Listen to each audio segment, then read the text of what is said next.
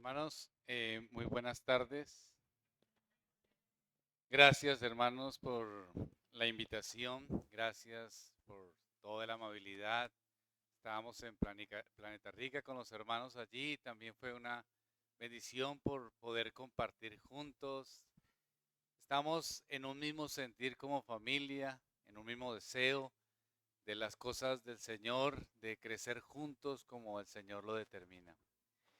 Y vamos a hablar de estas charlas, pero quiero hacer algo aclaratorio. Estas charlas se prepararon para unas conferencias en relación a los efectos que traen las filosofías modernas o las trampas de la cultura al cristianismo. Es decir, cómo nosotros podemos terminar siendo afectados por la cultura no creyendo lo de la cultura, es decir, nosotros diciendo esto está mal, pero terminar siendo afectados con eso que está mal. ¿Por qué aclaro esto? Para que entendamos que estas conferencias, excepción del sermón de mañana, no son tipo sermón, sino que estas conferencias es como una especie de taller de enseñanza que trabaja históricamente para que podamos identificar las circunstancias y los efectos, las cosas negativas, las cosas positivas y las circunstancias que se han dado. Hay una realidad, hermanos, y es que la cultura ha influenciado, y también hay una realidad que ha influenciado a la iglesia misma, y la iglesia no se ha dado cuenta de esa influencia, aún teniendo claro que las cosas no son correctas, que están en contra de Dios. Finalmente, aún sin tener claridad de las cosas, terminan influenciados. Ese es el punto. Ahora bien, vamos a empezar entonces a trabajar como una línea histórica en el desarrollo de cómo funcionaba la familia y cómo funcionaba el concepto del rol, entendiendo desde la realidad práctica. Si nosotros nos vamos, voy a hacer algunas preguntas en medio de las charlas para que de pronto me respondan y vamos teniendo también como una participación interactiva, pero son solamente unas respuestas cortas para no perder la esencia. Entonces, hermanos, la iglesia primitiva, cuando viene la iglesia primitiva, ahí hay un concepto de familia. Hay un concepto de familia. El concepto de familia es un concepto que viene de la tradición judía, obviamente, porque los primeros convertidos son judíos, pero con unos cambios particulares. Por ejemplo, en la concepción judía a la concepción cristiana de familia, ¿qué cambio trascendente o particular podría ser en el concepto de familia? ¿Qué cambio? Que usted diga, la familia judía era así y la familia cristiana ya no es así, sino es así. Algo importante, algo especial y particular. Pero el concepto de familia, papá, mamá, hijos, ¿qué sería?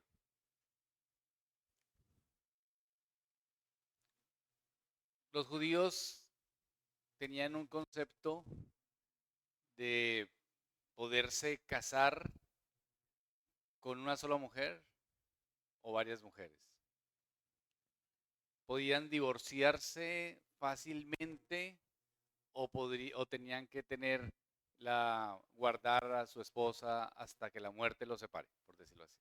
No, en el concepto cristiano, ¿cuántas mujeres puede tener un hombre? Y por decirlo así, el hecho de la separación es algo laxo. Es decir, los cristianos nos podemos separar porque nos incomoda nuestra esposa. No, ¿cierto? Hay una concepción más clara. Ahí empiezan unos cambios y unas circunstancias. Ahora, rastrear históricamente cómo funciona la familia en los tiempos de la iglesia primitiva no era fácil o no es fácil. ¿Por qué? Uno, por la influencia del judaísmo. Dos, por la influencia del paganismo. Tres, por las persecuciones. Entonces, el concepto de familia, de cómo debería moldearse una familia cristiana, identificarse claramente, en los primeros siglos no fue fácil de identificar. ¿Dónde entonces podemos ver un modelo más claro, más identificado de lo que es una familia? Años después de la Reforma Protestante, empiezan a desarrollarse todo lo que son las colonias protestantes. Las colonias ya existían, pero en este caso hablamos de las colonias protestantes. En las colonias protestantes se empieza a vislumbrar de una manera más clara desde la historia cómo se desarrolla o cómo vivían las familias cristianas protestantes. Y vamos entonces a mirar unas características particulares de cómo vivían. Durante este periodo, por ejemplo, las colonias protestantes, las familias vivían en un contexto agrícola, en un contexto comunitario, muy distinto a como lo conocemos hoy. Las familias puritanas, cristianas, eran grandes, sus miembros vivían en aldeas, granjas, organizados. Cada familia tenía una particularidad, era una unidad. Y esa unidad tenía los recursos necesarios en la familia para ser autónomos. ¿Qué quiere decir esto?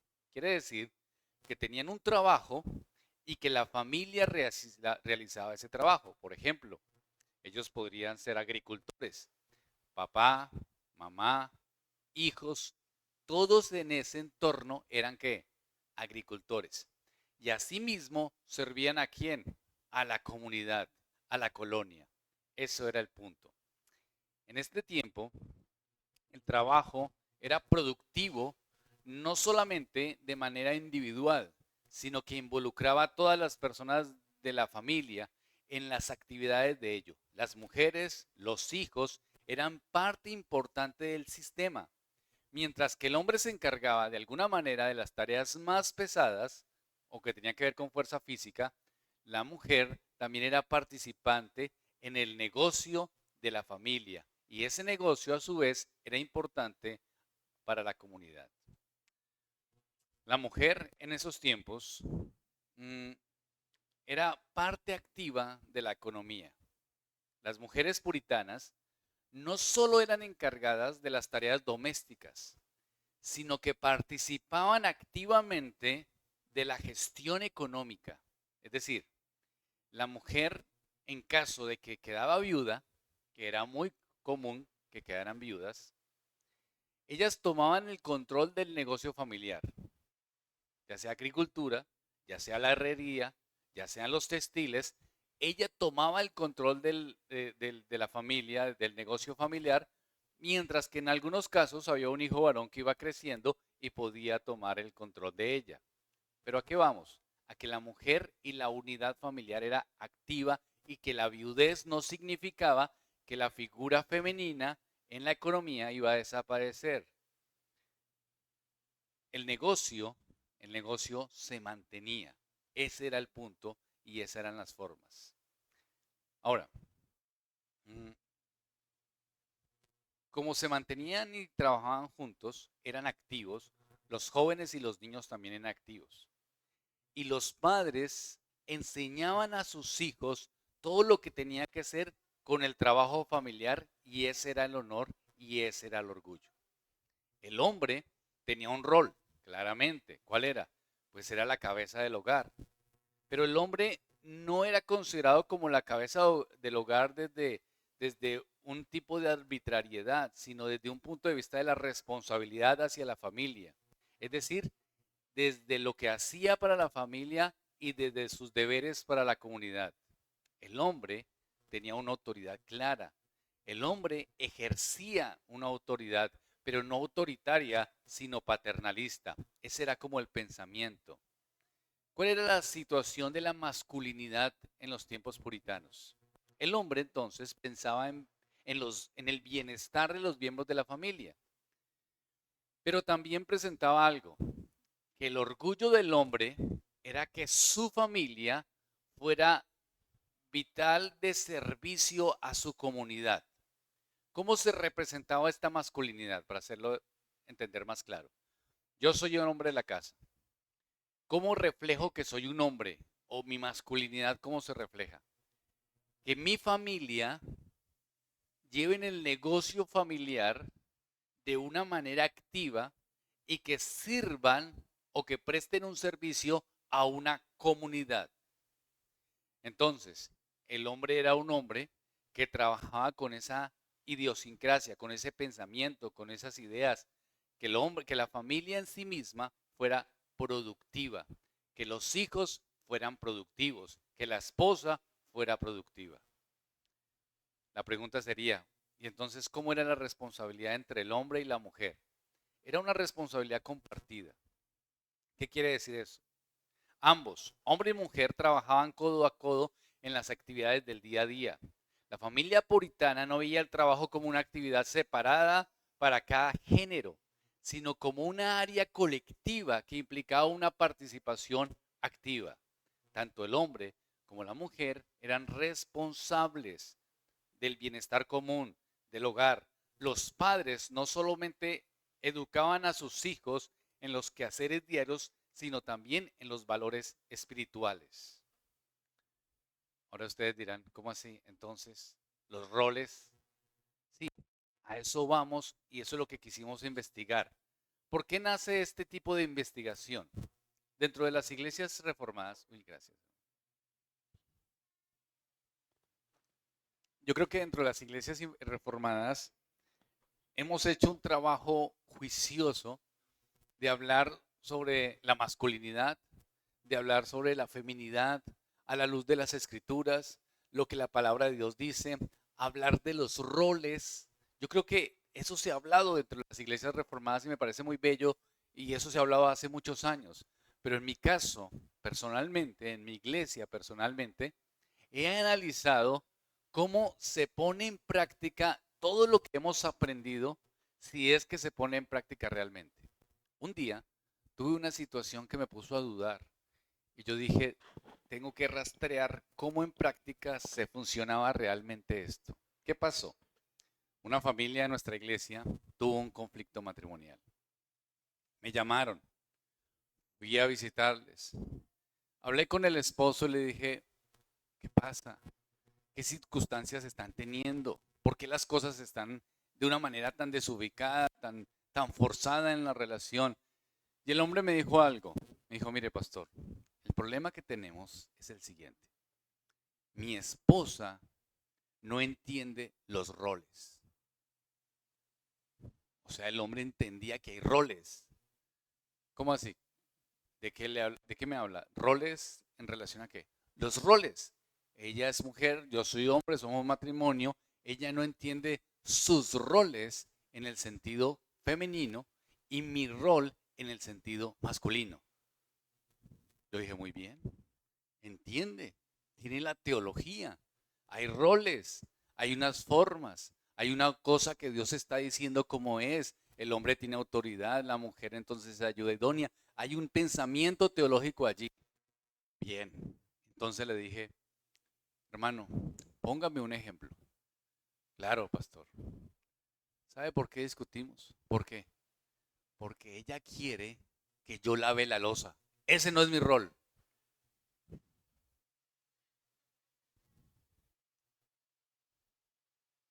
Hermano, ¿cuál es su rol? No, mi rol es arreglar una llave si está dañada. El rol de ella es lavar la loza. Cada uno tenemos roles. Ahora la pregunta es, ¿tenía una teología correcta? Sí. ¿Tenía una práctica qué? Incorrecta. ¿Qué pasa a veces en algunas iglesias reformadas, como la mía? Que yo he fallado seguramente en eso y por eso he tenido que reestructurarme y repensar y reanalizar cuáles son las circunstancias que pueden estar fallando para que podamos enfocarnos.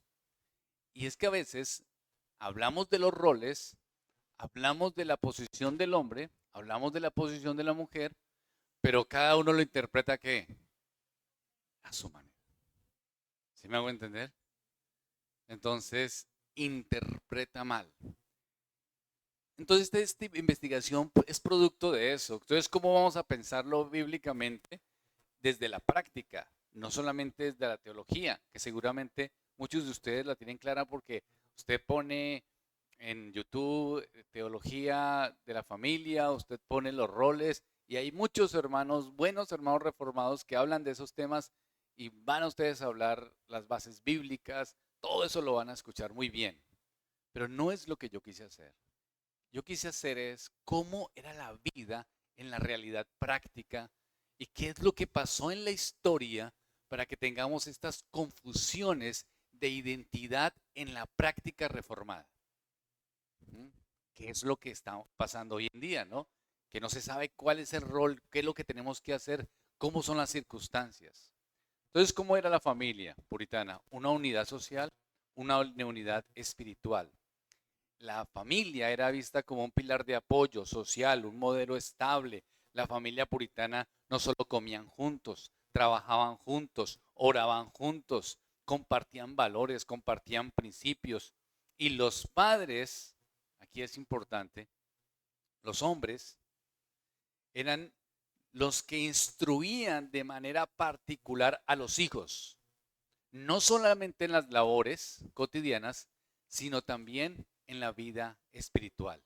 De hecho, queridos hermanos, muchos de los libros puritanos que tenían que ver o se relacionaban con la enseñanza de padres iban dirigidos a los hombres, no a las mujeres. Iban dirigidos a los hombres. ¿Por qué? Porque los hombres tenían una parte fundamental en la formación, en el desarrollo de la vida de la familia. Las mujeres también, obviamente, tenían un rol destacado, una formación espiritual y material. Las mujeres jugaban un papel importante en la educación del hogar, pero los padres eran los que instruían no solo en el trabajo, sino también en la moral y en las tradiciones espirituales o religiosas de sus hijos de manera específica en la cotidianidad. Entonces, la vida cotidiana de las familias puritanas en el trabajo y en la vida espiritual se interrelacionaban. Ese era el punto. La madre tenía influencia en los valores, el padre también, y el rol en la formación de los hijos era un rol interconectado, interrelacionado entre sí. Y las actividades domésticas también era un rol interrelacionado. Es decir, no es que usted por mujer lava la loza y yo por ser hoy hombre arreglo una llave. Como yo le decía al hermano de la historia, ¿cada cuánto se daña una llave? ¿Y cada cuánto se lava la loza? ¿Sí o no?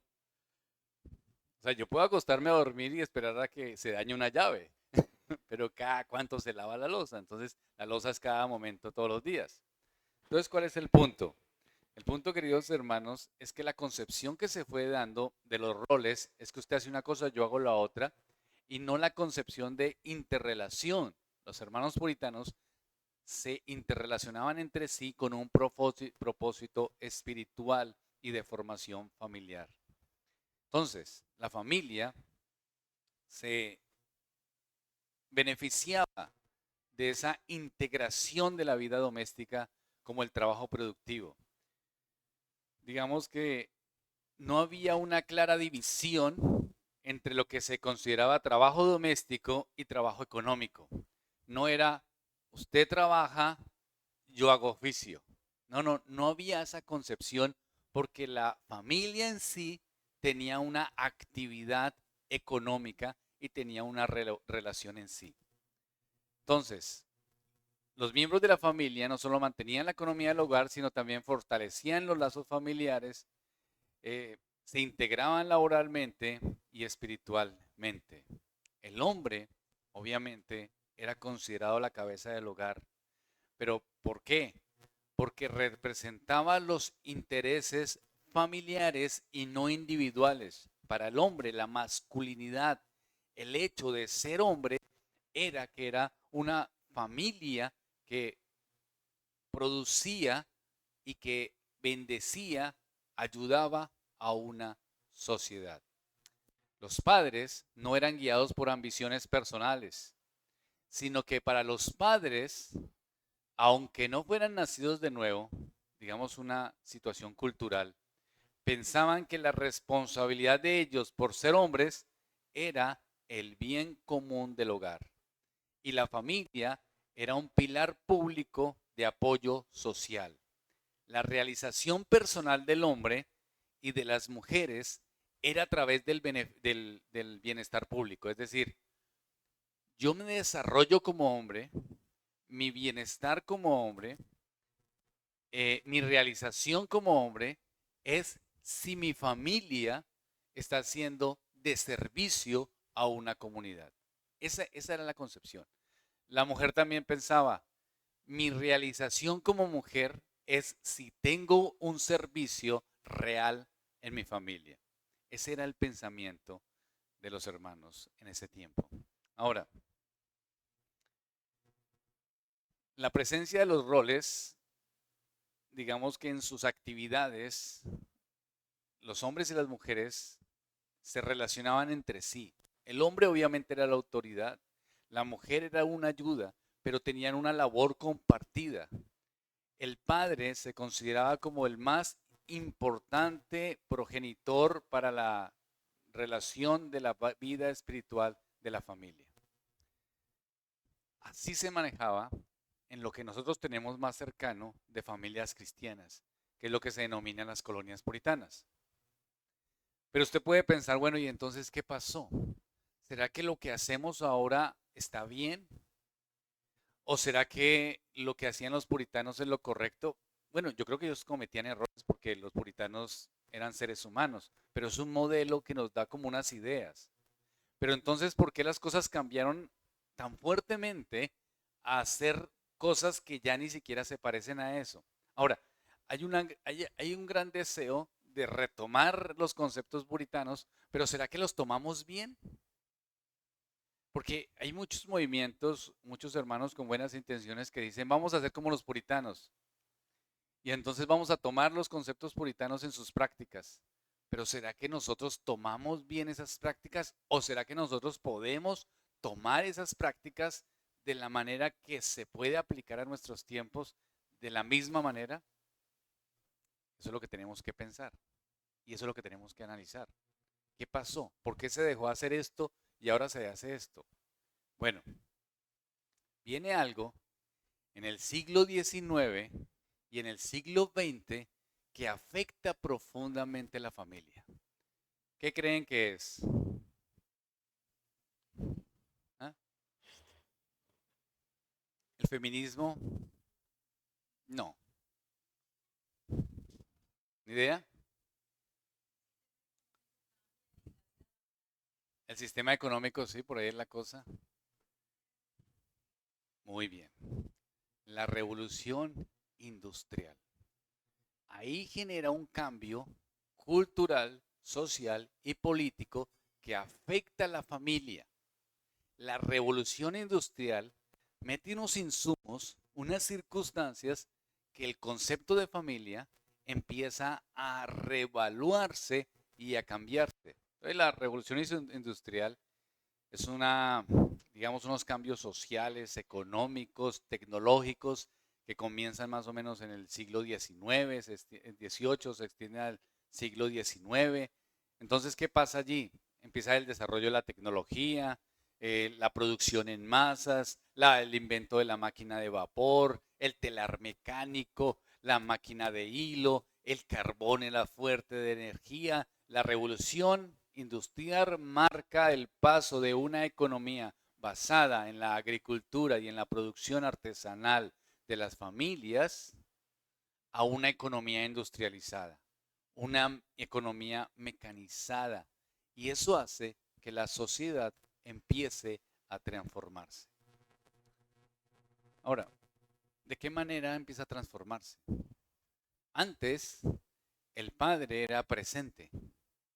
Cuando viene el desarrollo de la industria, digamos al nivel económico, el padre tiene que salir de la casa y ya no el vínculo o la casa no es el sistema económico, sino que la economía tiene que buscarla ya no dentro de la casa misma, sino en dónde? En la industria, en la empresa, fuera de la casa misma. La mayoría de los trabajos eran realizados en la casa, ya fuera agricultura, talleres, todo ese tipo de cosas. Pero cuando llegan las fábricas, los hombres tienen que salir. Ahí ya empieza a desconfigurarse y la cosa empieza un poco mal, porque los hombres tienen que salir de sus casas. Ahora, la revolución industrial fue más cruel, ¿no? Porque después de los hombres, ¿quiénes salieron? Las mujeres. Y después, ¿quiénes salieron? Los niños también. Es decir, todo el mundo salió a trabajar. Después, con el tiempo, ¿quiénes regresan? Los niños. Y después, ¿quiénes regresan? Las mujeres. Pero las mujeres de economía media, no de economía baja. Las mujeres europeas de economía baja y americanas siguen en los trabajos industriales. Las mujeres de economía media regresan y empiezan a trabajos, regresan al hogar, a la familia, para cuidar los hijos. Pero los que se quedaron definitivamente, ¿quiénes son? Los hombres. Ellos se quedaron. Cuando esto pasa, entonces la situación que se da en la familia empieza a cambiar para el hombre. El hombre ya no tiene una presencia física en el hogar. Eso cambia radicalmente. Muchos hombres comienzan a trabajar largas horas en fábricas, largas horas en minas y se alejan del hogar gran parte del día. Y esto empezó a afectar su relación con sus hijos. Estamos hablando de finales del siglo XVIII, comienzos del siglo XIX. Entonces ya no pasaban suficientemente tiempo con sus hijos para educarlos, para reforzarlos en disciplina, para transmitirles destrezas, oficios para que cuando fueran adultos. Entonces todas esas cosas que se hacían antes de la revolución industrial, el hogar entonces era un centro de trabajo, el padre era presente, el padre era activo, desarrollaba habilidades a sus hijos, pero todo esto cambia, el padre está fuera de la casa y los padres empezaron a desarrollar un concepto dentro del pensamiento, dentro de la psicología familiar, que se llama el ausentismo paterno. Los padres ya son ausentes. Es decir, ustedes piensen en sus abuelos. ¿Los abuelos eran presentes o ausentes en la crianza de los hijos? Creo que eran poco ausentes. ¿Cómo entonces formaban a los hijos? Pues a través de las madres, ¿no? Es decir, dígale a su hijo que no llegue tan tarde. Los padres no se comunicaban ya con sus hijos, sino todo era a través de quién? De la mamá. Entonces los padres empezaron a decirle a los hijos, a las mamás, dígale a su hijo que estudie juicioso, dígale a los hijos que haga esto, dígale. Entonces ya no se comunicaban directamente, sino lo hacían a través de... ¿Eran responsables? Sí. Digamos, proveían para la casa, sí, pero no tenían una interacción o una relación con los hijos como debería tenerse. Claro, obviamente habrían particularidades, pero estamos hablando de una investigación general que afectó a la familia y veremos hasta dónde nos afectó todo esto en general. Entonces, la estructura de familia cambia en la revolución industrial. Ya no hay una relación directa entre los hombres y los hijos como debería ser. El padre, que solía ser una figura central en la educación, en el aprendizaje de los hijos, comenzó a ser una figura, digámoslo así, relegada, relegada en la casa. Y se enfoca el padre en ser una figura de qué? Si ya no es parte de la educación, si ya no es parte del trabajo, entonces ¿cómo empieza a verse al padre? ¿Como una qué? ¿Qué creen ustedes? Exacto, muy bien. Como un aporte económico.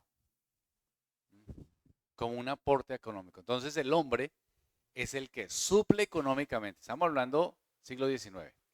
El padre es el que suple económicamente. Ese es como el enfoque. El padre es el que suple económicamente. La mujer entonces era coequipera, ¿recuerdan? Del hombre. Ayuda idónea, colaboradora, participativa, sometida, reconociendo al hombre como autoridad, pero entendiendo que puede ayudar, entendiendo su rol de ayuda, pero también en la parte activa entendiendo que era parte de la cooperación. Eso pasó. Y la mujer entonces empieza a, digámoslo así, a tomar el control del hogar y de la familia. ¿Cómo? Toma el control de la crianza de los hijos. Entonces ya no hay una interacción entre padres e hijos de manera directa, sino que es a través de su esposa, y la madre ya no es coequipera, sino que pasa a ser cuidadora principal en este nuevo modelo. Me explico. El hombre se va y el hombre tiene un énfasis ¿cuál? Económico. Es decir, el hombre es el que provee. Y la mujer entonces dice, el hombre ya no está en la casa, entonces ¿quién tiene que manejar la vida doméstica? Pues yo. Y la mujer entonces empieza a cuidar de una manera especial, particular, a los hijos. La familia se convierte en un centro de consumo. Antes la familia era un centro de ¿qué? De producción. Y de ahora, después de la revolución industrial, ya es un centro de producción, ya no lo es, sino es un centro de ¿qué? De consumo. ¿Por qué es un centro de consumo? Pues porque toca comprar ropa, porque toca comer, toca pagar arriendo, pero solo hay uno que trabaja. Entonces el hombre tiene que estar buscando dinero, la mujer toma la responsabilidad de crianza, pero en esa forma de crianza, la mujer entonces y la familia consumen. Ese es el punto. ¿Qué pasa ahí entonces? Los hogares empiezan, como no hay una identidad clara de lo que es el rol familiar, sino acciones, entonces las cosas empiezan a descomponerse. Con el tiempo, entonces, el hombre sale de la casa, el hombre empieza a trabajar y el carácter o las circunstancia social, cultural, empieza a afectar el pensamiento del hombre en cuanto a sus deseos. ¿En qué sentido? El concepto de hombre, de masculinidad, empieza a verse de otra manera. El carácter masculino viene generando unas transformaciones significativas según los cambios sociales. ¿En qué sentido? El hombre ya no se enfoca en que su sentir masculino es la comunidad. ¿Recuerdan los puritanos? Ya no. ¿Cuál es el sentir de ser hombre? Mis propios intereses personales. Es decir, mi propia economía individual por encima de los valores comunitarios. ¿Qué quiere decir esto? Pues que antes la masculinidad estaba fuertemente unida a la idea de que soy un hombre con autodominio, con virtudes. Y este hombre quiere que su familia sea algo importante para una comunidad. Hay una serie muy vieja, que seguramente muchos de acá que son muy jóvenes nunca vieron, que es La casa de ¿cómo se llama? La familia inglés, que la casa de la pradera, ¿no? ¿Quién la vio? Exacto. ¿Qué representaban ahí? ¿Cómo era este hombre? ¿Imperfecto o perfecto? Imperfecto. Pero ¿qué calidad este día? ¿Cuál era el sentir? Vivir en comunidad, y esa comunidad era una comunidad que era un beneficio. Tenía unas hijas y quería que sus hijas fueran de servicio a esa comunidad. Su labor era de servicio a la comunidad. Su esposa también trabajaba dentro de lo que Dios les permitía dar, porque tenía un énfasis obviamente protestante cristiano. Los invito, creo que está en una plataforma, está en YouTube, en una plataforma virtual, la familia Inglas. Y ahí muestra un modelo de familia que obviamente pues tratan de tomarlo del siglo XVIII, antes de la Revolución Industrial, pero uno puede ver que ahí hay una concepción de familia de verdad de un hombre entregado, Como eso cambia después de la revolución industrial, entonces el hombre ya no tiene ese interés, sino ¿cuál interés? La economía. Yo quiero progresar. Sigue manteniendo a su familia, sigue supliéndolas económicamente, pero ya hay un sentimiento, una virtud que ya no se ve como algo masculino. ¿Cuál es? La abnegación. Entonces, los puritanos, la masculinidad, aún en los incrédulos, se veía como una virtud de abnegación, de entrega, de lucha, de esfuerzo, de ayuda para los otros. Después de la revolución industrial, la abnegación ya no es una virtud, no es algo bueno, sino que es lo bueno, ganar plata, por decirlo de alguna manera. La competencia, ese es el punto. Ganar dinero, hacer plata, ese es el punto. Y el hombre entonces empieza a ver las necesidades propias y sus intereses personales. Y la masculinidad o el concepto de ser un hombre masculino se empieza a ver desde qué punto. Desde el punto de vista de lo que pueda conseguir en éxitos económicos a todo costo. Es decir, así mi familia tenga 2 matrimonios o mis hijos estén desordenados, y eso antes no era así, la masculinidad se veía en cómo era su familia. O sea, este es un hombre, mire, sus hijos son sometidos, son juiciosos, miren cómo trabajan por el colectivo, qué bien este hombre, este es un hombre masculino. Y después, este es un hombre, ¿por qué? Mire, consiguió plata. Este sí es un hombre, consiguió plata, en cambio, mire, ese es un vaciado, ese no tiene nada, entonces ya eso no es un hombre. Después de la revolución industrial, la concepción de masculinidad se basa en qué? En el hecho de que el hombre se vuelve un hombre centrado en sí mismo. Y eso empieza a definir la masculinidad. Ya el hombre no tiene que someter sus pasiones, sino que el hombre tiene que explotarlas. El hombre tiene que explotar el éxito, la prosperidad, las riquezas, acumular poder, el egoísmo, la prosperidad. Todo ese tipo de cosas se convierten en una concepción masculina. Ya las virtudes no. ¿Saben cuál es la propaganda histórica que más ha identificado a los hombres? El hombre Malboro. ¿Se han escuchado el hombre Malboro? Malboro, que es la marca de cigarrillos, creo que ya no existe, primero hizo una campaña que era una campaña de los hombres y las mujeres fumando y el cigarrillo como algo positivo en la vida, y eso fracasó.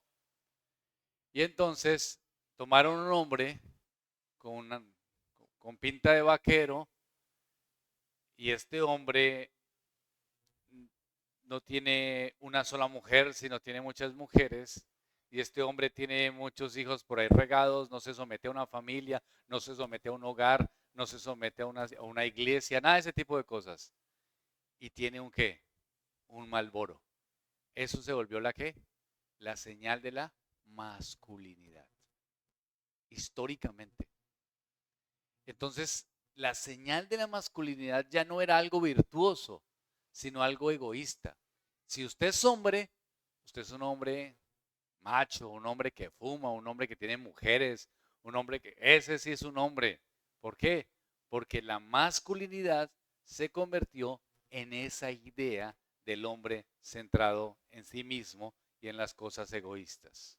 Ahora, se volvió duro, o la visión era de un hombre duro, de un hombre competitivo, de un hombre egoísta, y ahí es donde se desarrolla fuertemente todo el concepto del machismo, que las mujeres sufrieron por toda esa concepción del machismo, y la agresividad y la competencia empezaron a ser características propias, especialmente en todo el desarrollo del siglo XX.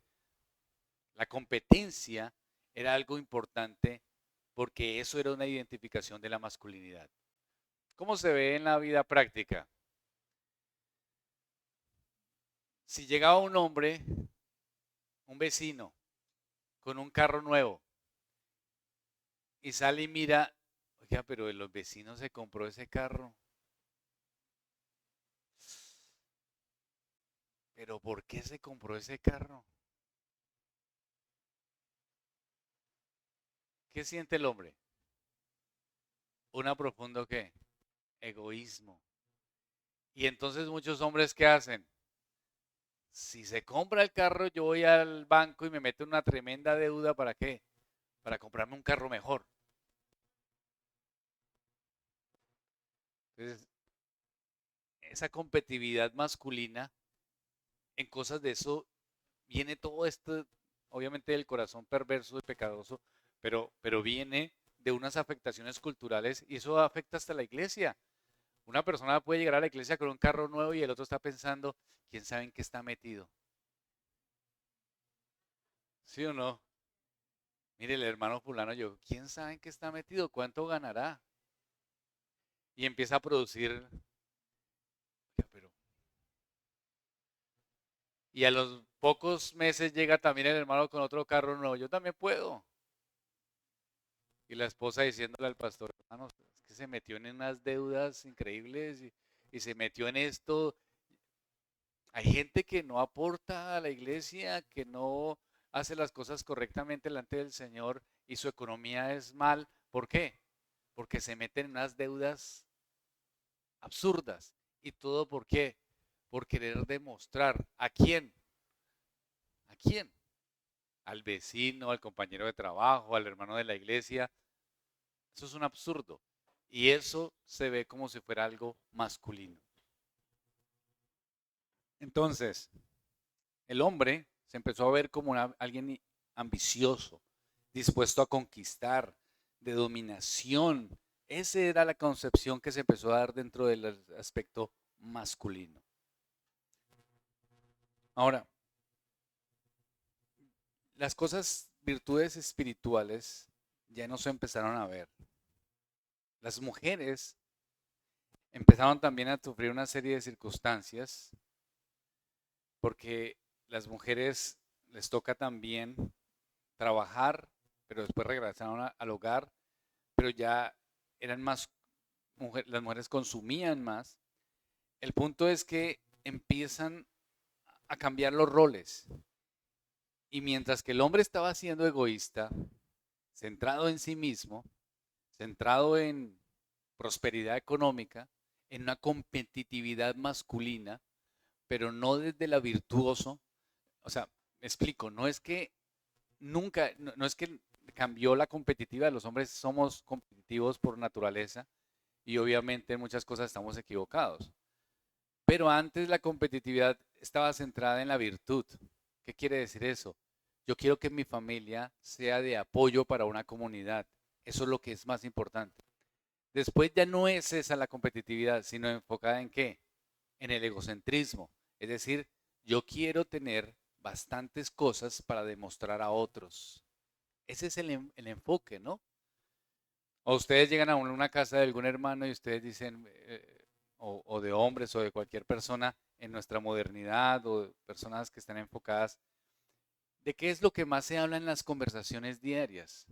¿Están conversando de las virtudes, de las cosas santas y buenas? No, por lo general hay una competencia solapada.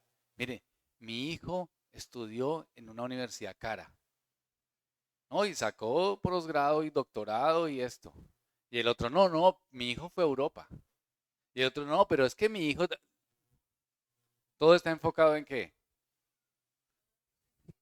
En todo esto, ¿sí me hago entender? De estas formas. Usted mira a los compañeros de trabajo y de qué están hablando. De todo ese tipo de circunstancias, de cómo yo puedo hacerle entender al otro que yo progresé más. ¿Por qué creen ustedes que a veces los compañeros de estudio de bachillerato cuando se reúnen? ¿A qué se reúnen a veces? No siempre, ¿eh? ¿A hablar de qué? De todos los logros que se consiguieron. ¿Y quién es el que no va?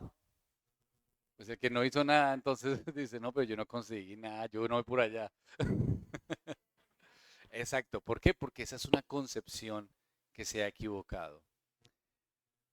¿Qué pasa entonces con las mujeres en este entorno? Entonces el hombre está en un entorno egocéntrico, competitivo, enfocado en sí mismo, en sus propios deseos, en sus propias pasiones. Entonces el concepto de familia ya se pierde, ya pueden tener varias mujeres, ya empiezan todo lo que se llama la concepción de tener pues amantes, de tener familia fuera del matrimonio. Todo está centrado en complacer sus deseos. Entonces el hombre que se la pasa en la calle, que llega tarde, todo eso es masculinidad. Entonces el hombre es hombre, ¿por qué? Porque provee a la casa, pero es hombre si tiene otras mujeres, pero es hombre si hace dinero, pero es hombre si llega tarde y llega borracho y se acuesta. O sea, eso se convirtió en una característica de masculinidad. Lo vemos en nuestra historia colombiana, ¿no? También. Es decir, eh, las generaciones anteriores, para que un hombre fuera hombre, ¿qué tenía que ser? O sea, si el hombre, si el hombre tomaba trago, es hombre. Si le decían a alguien, usted tómese una cerveza y el hombre decía, no, yo no tomo, es como raro, ¿no? ¿Cierto? O sea, si no tomaba trago era como raro. ¿Por qué? Porque las virtudes o las cosas que fueran correctas no se veían como si fueran cosas que masculinas. ¿Qué era lo masculino? Lo que tenía que ver con no someter las pasiones. Esa era la concepción de masculinidad y veremos unos ejemplos más claros de eso. Pero ¿qué pasa con las mujeres? Las mujeres entonces empiezan a ser guardianas de las virtudes y empiezan a ser las protectoras emocionales y morales de la familia. Y son las que toman el control del hogar. Las mujeres también fallan, porque aunque con buenas intenciones empiezan a hacer las cosas fuera de la voluntad santa de Dios. Entonces, ¿qué dicen las mujeres? Lo de siempre, ¿no? Como no hay hombres, entonces ¿qué? Me toca a mí. Y las mujeres entonces empiezan a de quitar al hombre, digamos, ya el hombre no es el que tiene el control, porque el hombre es un hombre egoísta, entonces como es así, entonces la mujer dice, yo soy la que tengo que tener el control. La casa para los hombres empieza a verse como un centro como de recarga de energía y salir, y solamente provee económicamente. Y ya no está involucrado en la crianza de los hijos, como debería estar. Tampoco en las tareas del hogar. Tampoco está involucrado en todo lo que tiene que ser lo correcto en la iglesia y en la parte espiritual. Y las mujeres en estas circunstancias toman el control del hogar. Y eso es un feminismo disimulado. Es un feminismo solapado. Como hay divisiones, digamos, en los quehaceres y en el trabajo, y ya no hay claridad, las mujeres entonces, de manera más firme, toman el control de la vida doméstica. Y las mujeres entonces empiezan a cubrir todas las necesidades de su familia y empiezan a manejar la casa. Los hombres pasan a un segundo plano. Y esto se se ve fuertemente en el siglo XX. ¿Cómo se ve? Las mujeres finalmente son las que toman las decisiones relacionadas con sus hijos y con la casa. Y el hombre se ve a un lado despojado de toda autoridad, pero de una manera disimulada. Y eso lo vemos lastimosamente hasta en iglesias cristianas y evangélicas. ¿En qué sentido? Que alguien puede tener la teología de la autoridad, de que las mujeres deben de estar sometidas, de que el hombre es la cabeza, toda esa teología las tienen, pero en la práctica uno dice, a este lo maneja la mujer. La mujer es la que toma las decisiones. La mujer es la que determina las cosas. ¿Es así o no es así? En la iglesia había una pareja y el hombre, digamos, ambos. buenos creyentes. Pero el hombre siempre sacaba cosas y al principio hacía, digamos, hacía aportes, pero también cuestionaba muchas cosas. Y llegó un momento en que yo tuve que decirle, hermano, yo quiero que usted sea sincero. ¿Esto que usted me está diciendo es suyo o es de su esposa? Y él me dijo, es de mi esposa. Es que ella le da pena decirle y me manda a mí. Cualquier cosa que hacía, mandaba al esposo. Y eso sucede. Hay mujeres que toman el control de sus casas, mandan el control de sus hogares, y esto es lo que estaba pasando en el siglo XX, que las mujeres empezaron a tomar el control de sus familias e inhabitar al hombre. Ahora alguien puede decir, bueno, pero ¿cómo lo hacen? ¿De qué manera? Bueno, hay varias maneras donde se hace por la naturaleza pecaminosa. Todo esto es feminismo sin ser feminismo. Es decir, puede ocurrir en una iglesia reformada, puede que suceder en una familia. Esto sucede, pero ¿cómo se hace? ¿Les digo cómo? Hay mujeres que toman el control del hogar y termina siendo su voluntad por medio de la manipulación del llanto. Lloran por todo. ¿Y qué termina haciendo el esposo? Bueno, está bien, camine, vamos por... No, no llore más.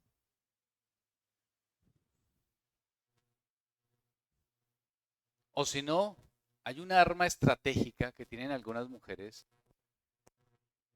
que de pronto aquí no las conozcan, pero se las voy a decir. Se llama la cantaleta.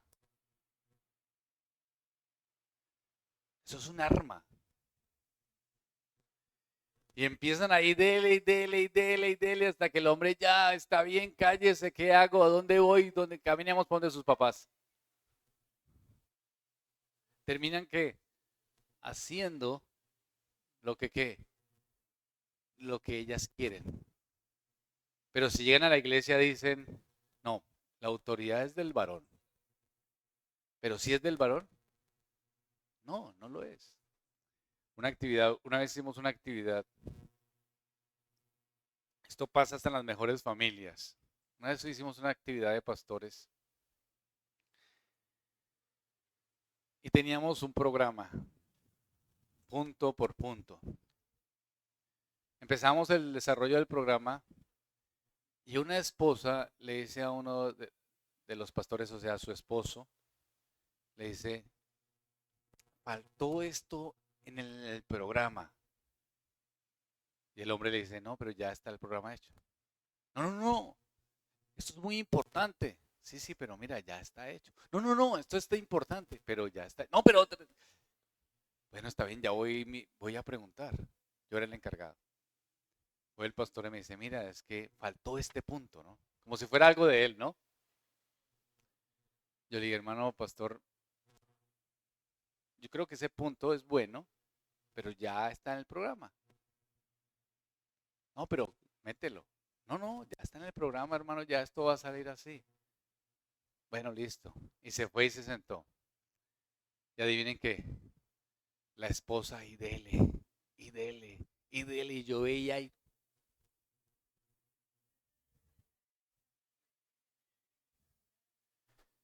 el hombre le hacía.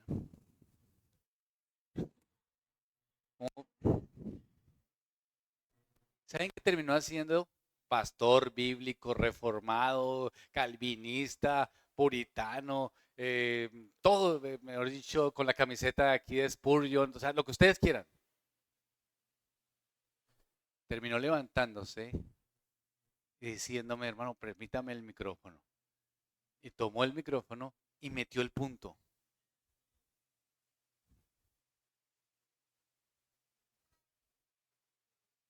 ¿Eso qué es? ¿Feminismo o no es feminismo? Eso es feminismo sin ser feminismo. Es decir, toda mujer que quiera manipular a su esposo, que quiera manipular en la iglesia de Cristo, para que las cosas funcionen bajo su antojo, están siendo afectadas por el feminismo, así no crean en el feminismo. Pero eso es desde Adán, desde Eva, que no quiso hacer las cosas de acuerdo a Dios, sino de acuerdo a sus propias formas y controles. Todo esto se volvió un feminismo disimulado y la mujer empieza a tomar el control de la casa.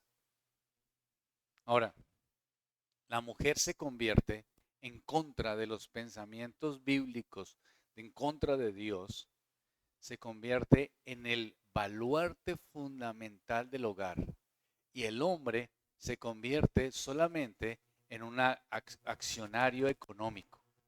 Pero la que sabe las cosas es la mujer. La que da lo que es correcto, los puntos sabios, es la mujer. Eso es. Se cambia definitivamente toda la estructura diseñada desde los parámetros colaborativos y de Dios, y la mujer se convierte en el baluarte indispensable de la unidad familiar, y el hombre es apenas un proveedor activo y ya. Si ustedes no me creen, les pongo un ejemplo. El Día de las Madres. Ustedes van al Día de las Madres. Yo, cuando era un adolescente, trabajaba en un restaurante de mesero y el Día de las Madres se sacaba la carta para el Día de las Madres porque esta carta era con los precios más altos. Y el Día de las Madres, en ese restaurante, porque era muy fino, había una fila larga. Y después, el Día de los Padres. Y ahí también tocaba cambiar la carta, pero con los precios más bajos. Y ya no habían filas. ¿Sí lo han notado o no lo han notado? ¿Por qué? Porque se llegó a una idea de que la mujer, por ser mujer y madre, es virtuosa. Y el hombre, por ser hombre, es que egoísta. Obviamente hay situaciones reales que sucedieron, pero todo esto está en contra de Dios y eso es una afectación de la cultura y eso se ha metido dentro del pensamiento de la iglesia cristiana. ¿Sí me hago entender? Simplemente por el hecho cultural.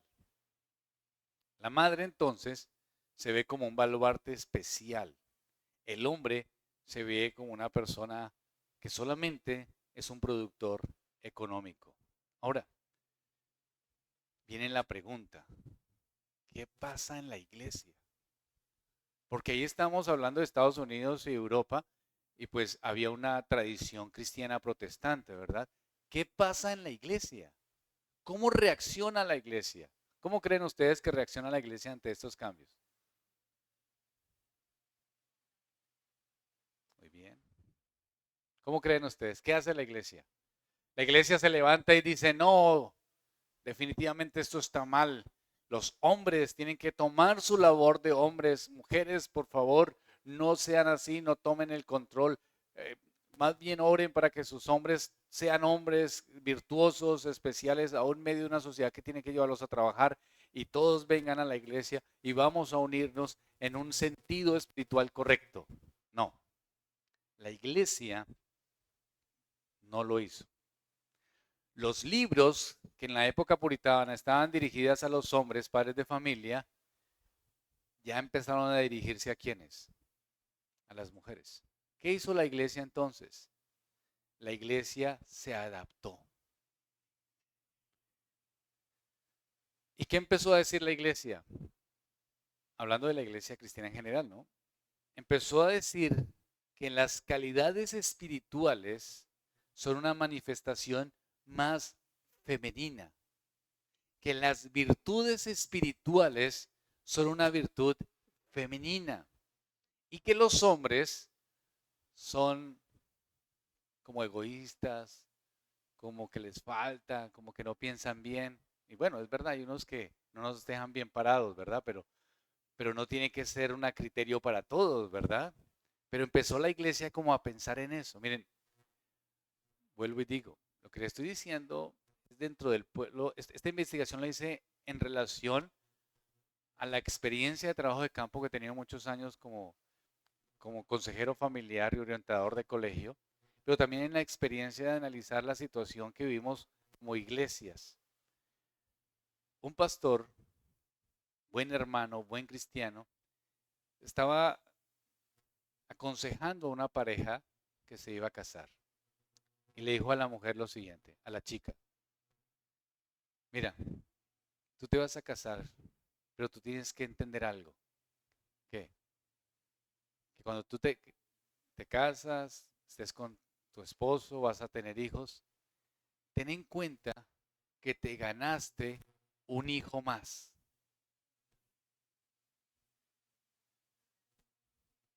¿Ustedes han escuchado algo así?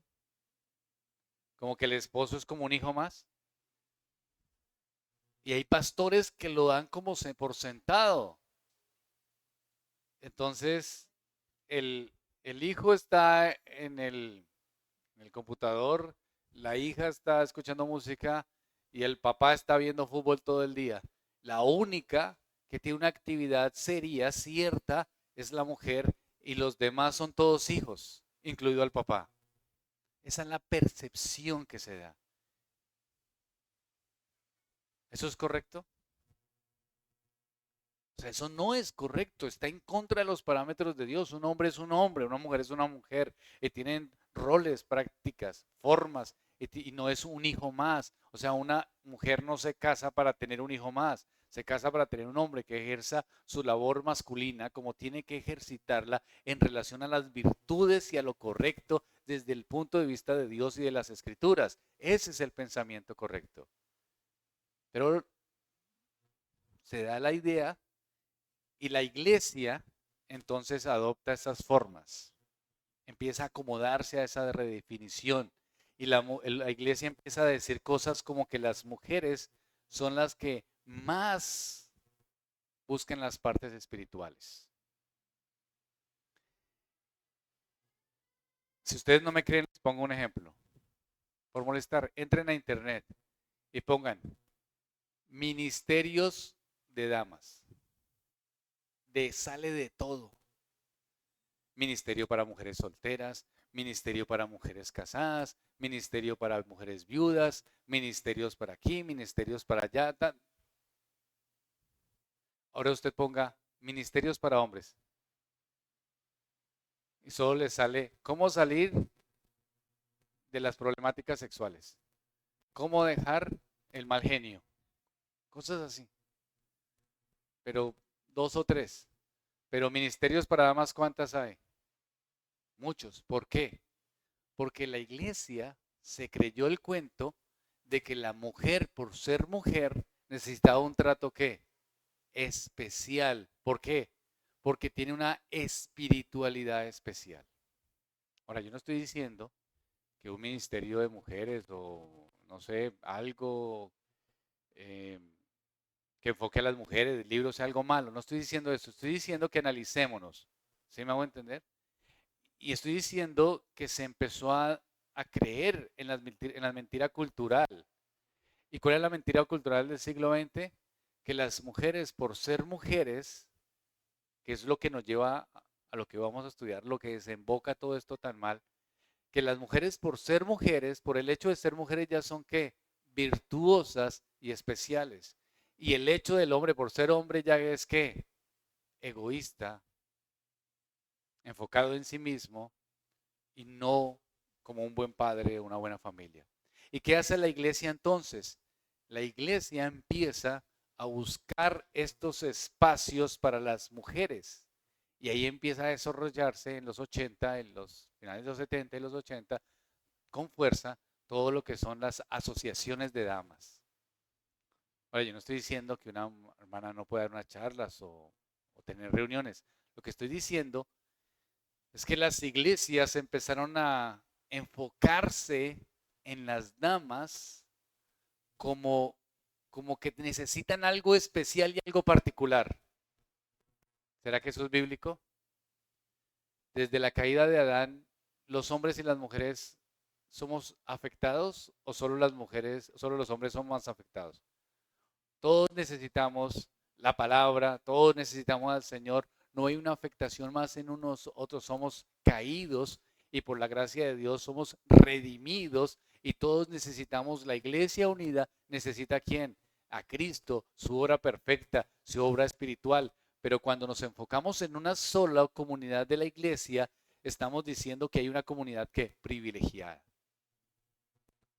¿La iglesia tiene una comunidad privilegiada? O sea, ¿hay un grupo privilegiado? ¿O la iglesia somos todos? ¿Qué dice las escrituras? Las ancianas enseñan a quiénes? A las más jóvenes. ¿Los ancianos a quiénes? A los más jóvenes, a los hombres. ¿Qué quiere decir? Que la iglesia es una iglesia como integrada. Pero cuando se desarrollan los privilegiados es porque se está dando que hay un grupo que necesita algo especial. Eso cambió en los 80 y los 90 y después se cambió a quiénes? A los jóvenes. Entonces todas las iglesias eran, no, pero ahora tenemos que hacer algo para los jóvenes porque los jóvenes se nos aburren, los jóvenes se ponen tristes y entonces empieza a cambiar todo eso y empiezan a buscar cómo estos otro grupo privilegiado es los jóvenes. Pero en su momento, y de alguna manera hoy sigue siendo, las mujeres. Hay gente que llega a una iglesia y lo primero que pregunta es, ¿hay ministerio de damas? Hermana, ¿viniste a culto? Sí. ¿Escuchaste la predicación? Sí. ¿Qué te pareció? Bíblica. ¿De qué se habló? De Cristo, del pecado, del arrepentimiento. ¿Crees que necesitas algo más? Sí. ¿Qué? Ministerio de damas.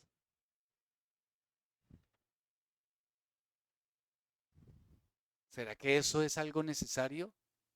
¿Será que es algo? No estoy diciendo que sea malo, ¿me hago entender? Pero ¿qué es lo que hace que una iglesia sea iglesia? Que se predique a quién? A Cristo, su obra perfecta. Pero si yo siento que necesito un trato privilegiado, ¿por qué se creen que se tiene un trato privilegiado? Porque viene parte de la cultura, porque las mujeres se convirtieron en ¿qué? Las guardianas del hogar. El hombre, ahí son regulares, ¿no? Nosotras somos las guardianas. Y entonces la iglesia empezó a decir, las mujeres tienen un don especial, las mujeres son sensibles a la vida espiritual, entonces las mujeres son las que llegan a las congregaciones, las mujeres son las que están en los servicios religiosos, las mujeres son las que sirven de manera especial. Entonces el hombre cada día en la historia se fue reduciendo y las mujeres se fueron tomando posesiones no solo en el hogar, sino en otras esferas de la vida. Y una de ellas es la iglesia. Y muchas asociaciones de damas tomaron el control de iglesias bíblicas antiguas. Ya no eran las que controlaban solamente su casa, sino que también controlaban ¿qué? El hogar. Y en los Estados Unidos, que tengo que decirlo, que fue algo positivo, pero que sea algo positivo no significa que se haga correctamente, fueron las que hicieron que se hicieran leyes para que los jóvenes no tomaran tragos sino hasta los 21 años, por ejemplo. Es decir, afectaron también el Estado de una forma positiva. Eso es una realidad. O sea, los procederes virtuosos no es que hayan hecho cosas malas en muchos aspectos, pero también hicieron cosas que no son correctas. ¿Por qué? Porque tomaron el control que le correspondía a los hombres. Es decir, la casa, ¿quién es la autoridad de la casa? Pues el hombre.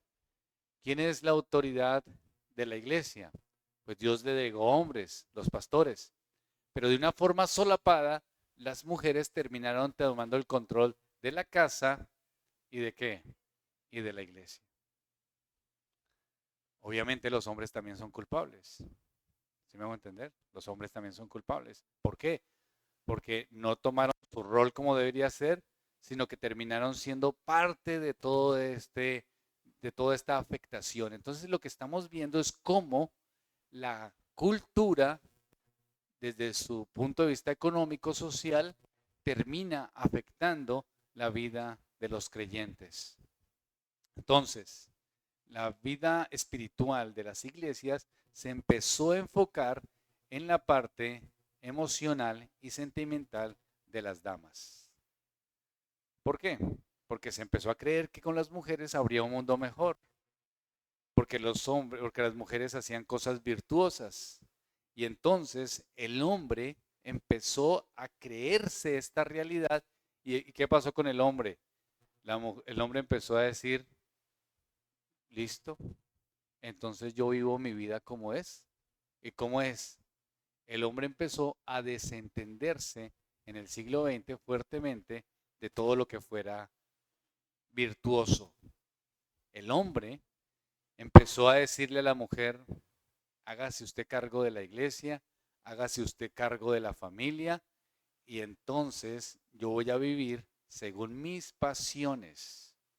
Y la masculinidad se convirtió en una evidencia o una demostración de un hombre que sea áspero, de un hombre caprichoso, de un hombre egoísta, de un hombre centrado en sí mismo, de un hombre que no le importen las cosas, sino que viva constantemente para sus propios deseos.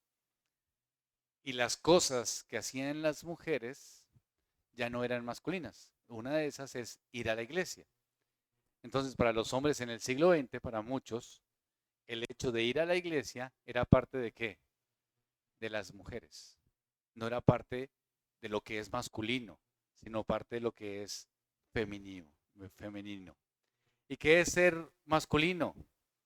Un hombre primitivo, bárbaro, agresivo, competitivo, perezoso, holgazán en muchos sentidos, viviendo para sí mismos. ¿Ustedes quieren ver otro ejemplo de eso? Ustedes vieron, me imagino que eso lleva 35 de años, la serie Los Simpson. ¿Cómo es la figura masculina? Un hombre, 40 años, promedio. ¿Y cómo vive este hombre? Holgazán, viendo televisión, tomando cerveza, comiendo de una forma eh, sin límites, porque eso es ser masculino, o sea, no tiene límites, se entrega al trago, se entrega a la comida, come sin límites, eso es una representación masculina. ¿Y quién es la mujer?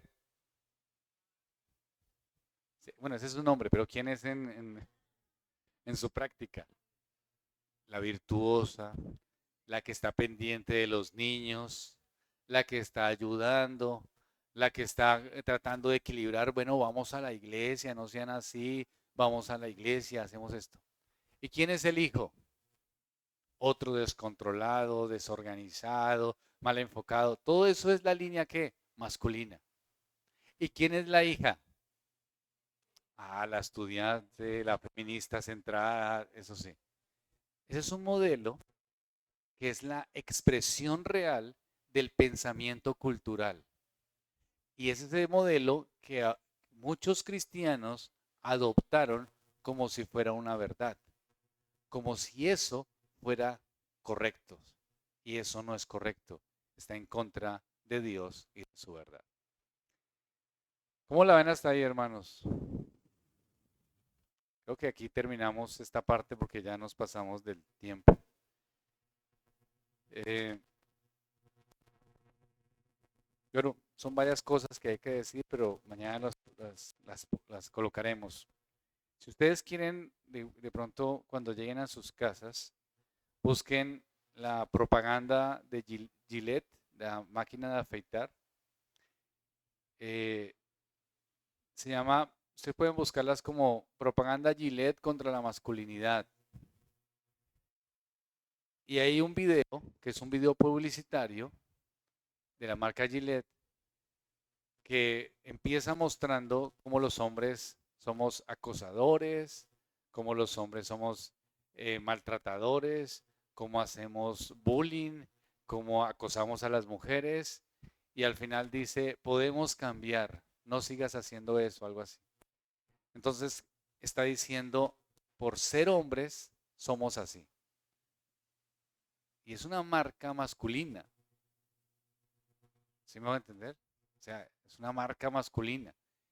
Y saca una propaganda cultural diciendo lo que se piensa. ¿Y qué se piensa?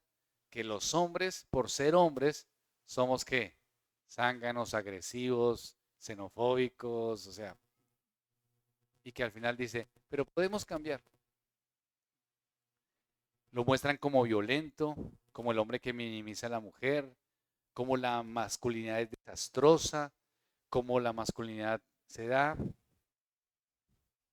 Y ahí viene el concepto que se da de lo que es la masculinidad tóxica. ¿Se han escuchado de eso? Este es un término que se malinterpretó y se desenfocó especialmente en Europa, ¿no? ¿Y cuál es la masculinidad tóxica? Que el hombre que es agresivo, competitivo, dominante, digamos que en ese sentido sí es tóxico, pero hoy en día masculinidad tóxica hace referencia a el hecho de ser masculino. Es decir, si un hombre es protector ya es tóxico. En Europa, una mujer demandó a un hombre por ser tóxico. ¿Y qué hizo el hombre? Llegaron al parqueadero de un edificio, se dirigieron hacia el ascensor, el hombre abrió la puerta y ¿qué hizo el hombre? Le dijo, sigue. Y eso generó una demanda. ¿Por qué? Porque como, o sea, yo puedo pasar. Este hombre es un tóxico. Si un hombre y la mujer están en alguna situación, su novia, su esposa, y llama y dice, ¿por qué te estás demorando? ¿Estás bien? Entonces dicen, este es tóxico. O sea, enviar flores, enviar chocolate, todo eso es tóxico. Porque estas nuevas formas de pensamiento, todo lo que sea de las atenciones masculinas propias del ser, de naturaleza divina, de proteger, de guardar, ya se están planteando desde la parte tóxica. ¿Y qué es lo que se espera entonces? Si esas virtudes ya no están, pues lo que espera la sociedad moderna es lo que se denomina el hombre femenino. ¿No han visto? Hombres con barba y con tacones. Hombres con barba, con corbata y con falda. Hombres que estén ahí llorando, con sus sentimientos a flor de piel, con sus emociones distorsionadas. Y eso es el hombre femenino. Un hombre que tiene que sentir, que tiene que llorar, que romper estereotipos de vestimenta. Y entonces tiene que vestir como las mujeres visten. Y entonces salen videos de YouTube de un hombre vestido de bailarina, bailando con su hija. Y todo el mundo aplaude eso y dice, esto es un hombre. ¿Por qué? Porque es un hombre femenino. ¿Sí ven cómo en el círculo histórico se distorsionó la masculinidad? ¿Qué es un hombre ante los ojos de Dios? No es esas confusiones, no es un hombre femenino, un hombre bíblico es un hombre que sabe amar. Colosenses 3:18, casadas, estad sujetas a vuestros maridos como conviene al Señor. Maridos, amad a vuestras mujeres y no seáis ásperos con ellas. Un hombre con carácter masculino es proveedor, sostiene a los suyos, tanto física como espiritualmente, porque si alguno no provee para los suyos y mayormente a los de su casa, ha negado la fe y es peor que un incrédulo. Un hombre es protector, protege, un hombre gobierna, porque dice las escrituras que gobierne bien su casa, que tenga a sus hijos en sujeción. Un hombre bíblico enseña la masculinidad bíblica. El hombre de Dios es por naturaleza tutor, es por naturaleza guía a otros, guía para los demás. Eso es un hombre desde los parámetros de Dios. Pero lastimosamente hemos sido afectados por la cultura y por eso la masculinidad ya o se ve como unas acciones simplemente de hacer ciertas cosas. Yo soy hombre porque no lavo la loza, o se ve del machismo y no se ve desde la perspectiva que Dios ha determinado. Un hombre puede ser manipulado por las circunstancias, manipulado por una esposa. ¿Por qué? Porque no tiene un rol claro y definido y porque no sabe identificar lo que es correcto. Y por eso es que hay hombres que se dejan manipular de las esposas. ¿Por qué? Porque no quieren problemas. Entonces, si la esposa llora, bueno, hagamos. Si la esposa le da cantaleta, porque no quieren dar la pelea. Porque hay hombres que no intervienen en la crianza de los hijos. Porque si el hijo molesta, entonces ¿qué es más fácil? Prender el televisor en lugar de formarlos. Los hombres han dejado su masculinidad bíblica, ¿para qué? Para ser afectados por la cultura. Y hombres aún de iglesias bíblicas. Y mujeres también, que eso es lo que veremos mañana. Bien, hermanos, ¿cómo la ven hasta ahí? ¿Alguna pregunta, algún aporte? ¿Quedamos tristes?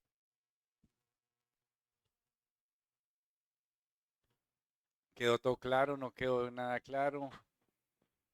Siga, hermano.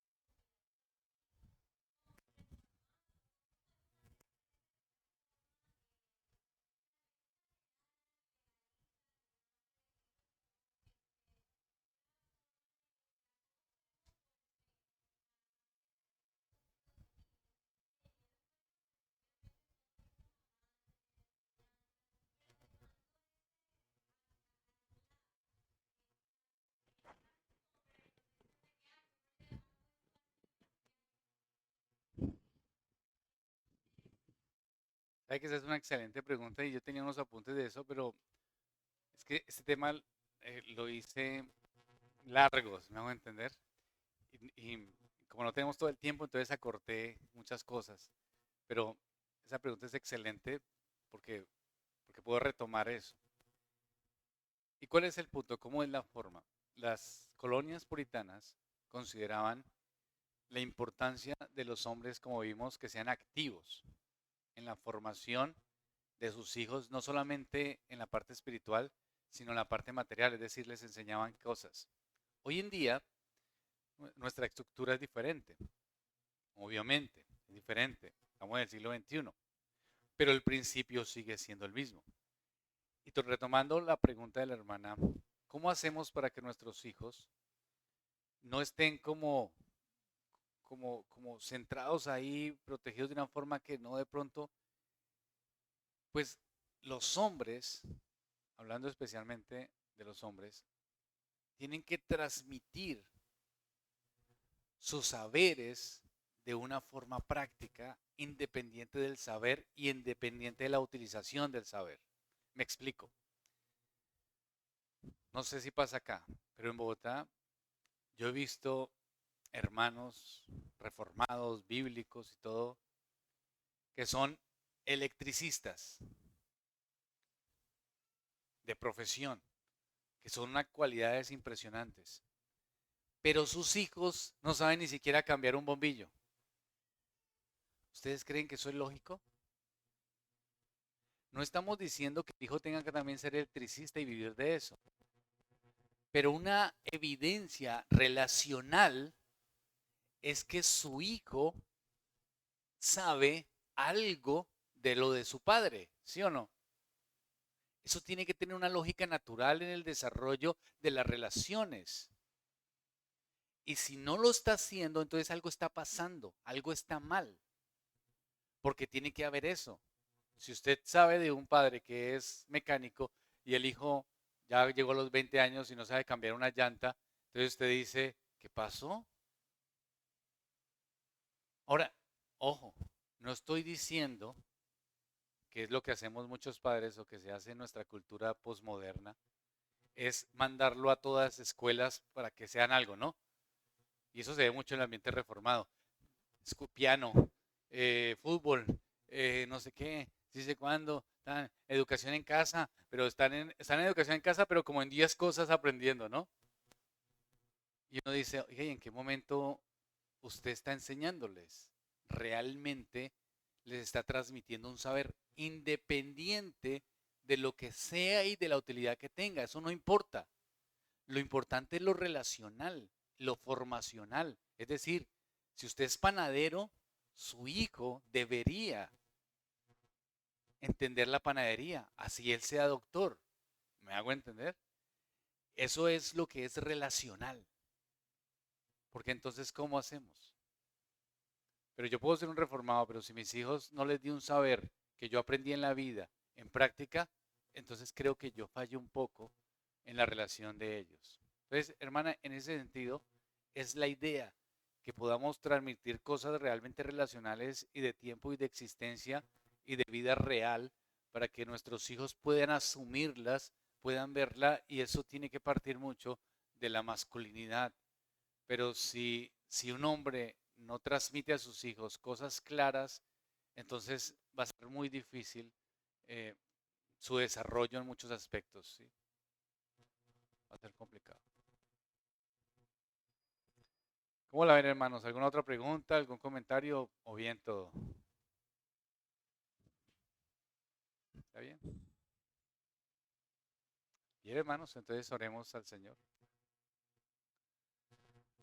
Padre, gracias por este tiempo, Señor, gracias por las bondades, por las misericordias. Ayúdanos a entender cómo estas afectaciones de la historia, cómo estas circunstancias cambiantes han logrado de alguna manera afectar al pueblo de Cristo. Ayúdanos, Señor, a desarrollarnos como hombres de acuerdo a tu palabra, no de acuerdo a la experiencia, no de acuerdo a la cultura, no de acuerdo a los parámetros sociales, sino de acuerdo a las escrituras. Y ayúdanos a identificar en qué cosas, como hombres, como mujeres, hemos fallado, Señor, y no nos hemos alineado a lo que es correcto. Te lo pido en Cristo Jesús. Amén. Hermanos, Dios los bendiga.